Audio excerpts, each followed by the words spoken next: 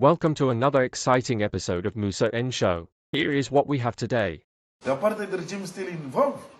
The imperialists is still involved.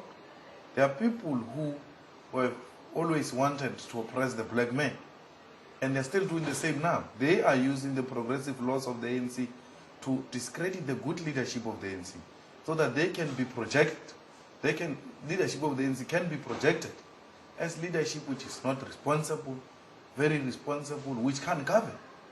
So it's counter-revolutionary forces which are determined to derail, even to reverse the gains of our revolution. Even internationally, there are forces which wants to micromanage the government of the ANC, and they think with Zuma they can succeed. So they need a puppet. After Mbeki, they would have wanted a puppet. I don't know which puppet is that one. It's for you to say this is the type of puppet perhaps they're looking for, but they wouldn't want somebody who stand firm in defense of the democracy and sovereignty of our country. It's very important, so that our country does not owe its loyalty and accountability to outside world. Instead, is accountable to its own people. Uma uyilalela kahle lenkulumo kaJulius Malema ngale mihla le ekhuluma lenkulumo wayeseso president weANC Youth League eminyakeni eyedlule, uma uyilalela kahle uyachaza ukuthi kusenabantu abasafuna ukucindezela umuntu omnyama noma sekethi umuntu omnyama ukhululekile, kodwa indlela secindezelwa ngayo manje bafuna ukusebenzisa iANC ukuze kufezeke inhloso yabo ukuthi lawo bantu labo bangakhululeki. Uthi ke kodwa ngisho nabamazwe, kukhona abamazwe nabo abafuna lokho. Manje bayazi ukuthi ngoJacob Zuma leyo nhloso yabo ngeke izifezeke. Uthi yingakho emveni kaMbeki bebefuna umuntu ozoba ipuppet. Asazi ke noma bamthola noma bamtholanga, kodwa uchaza lokho uMalema la. Ngiyazibuza ukazini uMalema ayeyazi thina abantu esingayazi. Asiqhubeke singene enkulumeni ekade ikhona ikhulunywa ngeANC. Into engikhathaza nje kakhulu kuANC njengoba ekhuluma la ukuthi iANC ayikholelwa kwi-youth yayo, ngoba akho youth ekhona ezikhundleni eziphezulu. Mancane kabi amakhansela eANC ay-youth uma ekhona, mancane amameya eANC ay-youth, eParliament kominister nani kukhona loba abadala nomama abadala.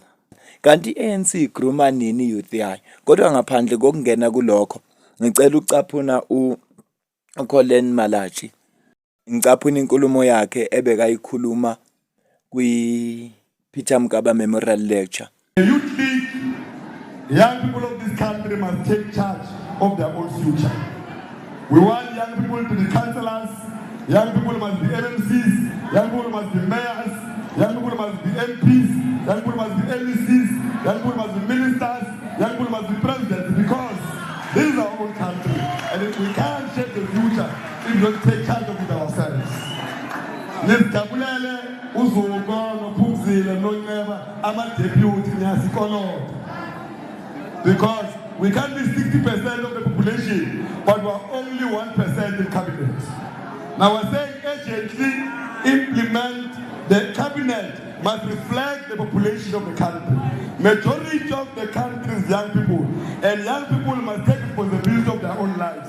We can't have pensioners planning 50-year plans at the expense of a 20-year-old. By the time the 50-year plan happens, they'll be dead. They'll not be able to account on why they're not implementing those plans. Now I say, give the youth, president of the Youth League, SG of the Youth League. We are fortunate to have the Youth League, former leaders, come the TP, yourselves in the NEC of the ANC. Don't be scared to give responsibility to young people to shape the future of the whole country. Libaluleke leliphuzu kakhulu leliphuzu alibekayo ukuthi i-Youth League ayibe active ngoba i-youth iwu-61% kwi-population, kodwa iwu-1% kwi-parliament. Kusiza ngani bese kuthiwa i-youth ayiparticipate, i-youth ayivote? Kusiza ngani ukuthi nekhona uyazibona na ukuthi ngeke ukhule, ngoba phela njengoba ufuna i-growth nawe uzokhula kwipolitiki. So ngiyacabanga ukuthi leli phuzu alibekayo libaluleke kakhulu, ngoba lisho ukuthi ngoba kuthiwa sithi sizulu nje inkunzi sematholeni, ikusasa nje lesizwe likulabo abancane abazele. njobe khuluma ukuthi angeke abantu abadala abaniplanele i-50-year plan ebazi ukuthi bona babe bengasekho kuleyo 50-year plan yini eniyosala nayo ibaluleke kakhulu lephuza lishoyo asiqhubeke nenkulumo yakhe. Baba bangwe ba counter revolution la batseba le. There are people here in this country sabanika uGavina sabasupporter for close to 30 years who never delivered anything that they are saying now they are delivering. Am I told? They go and work with those that they told us are the enemy of the revolution. They fund them, they call themselves MK Party and many other things. They go around presenting themselves as the future of the country. When we know that it's an organization that harbors those who are corrupt, those who stole from the poor, people of Kailisha, they don't have houses because some of their friends ate the money that is supposed to build the house that the ANC committed for. People of Kailisha are unemployed because some of their friends stole some of the resources that are supposed to be distributed to our people. Today, there is a man named Kanja who thinks that we've forgotten that he stole from the poor of the poorest. He moves around everywhere like he's a messiah, going around collecting money from apartheid operatives, making sure that his job is to display the ANC, operating like the ANC, stealing logos of the ANC, stealing colors of the ANC. The real counter-revolution in this country is Jacob Zuma. He's the real enemy of this country. Uzwile ke inkulumo yakhe uyibekile washo ukuthi akunabantu abahamba manje bethi bazolungisa lezwe kanti babanika ithuba lokuthi abagovern for close to 30 years. Namba lawo bantu basibiza nge-MK Party manje sebehlangane nezitha lezi ababelwa nazo. Bafuna ukuhamba njenge-ANC, bagqoka imbala njenge-ANC, baphile njenge-ANC, benze konke nje njenge-ANC. Uthi ke yena labantu baphathe close to 30 years. Noma ngingemkhulumela uJacob Zuma kodwa kanti uJacob Zuma uphathe iminyaka emingaki? U9 years usuphenduke waba u30 years. Ushuthi ukufeyila konke kwe-ANC engakwenzanga ebantwini.